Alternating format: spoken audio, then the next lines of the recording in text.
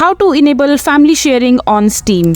Hello everyone, welcome back to our channel. In today's video, I'm going to show you how you can enable family sharing option on your Steam account. So first of all, just log in into your Steam account on your computer. Where would you like to share your games? And after that, just make sure that you have Smart Guard security enabled via Steam and just go to settings. And after that, just click on security in the Steam client. And after that, from the Steam setting panel, select the family tab. And here you can select the user who have your logged into this computer to share your library with. And after that, just click on the authorize library sharing on this device and turn the settings and switch the bar. And after that, just check the inbox next to the account you would like to share your library with. You just have to request the access to the owner. So be sure that you are enabling the Steam Guard on your Steam account from your library. You will be able to see games owned by other Steam accounts who are using the same computer basically. And after that, select the game and click borrow to request the access to the respective library. So this is how you will be able to enable family sharing on Steam. I hope you find this video to be helpful. So that is it for this video. If you find this video to be helpful, make sure to hit that like button and don't forget to subscribe to our channel for more such informative videos, and I'll see you the next time.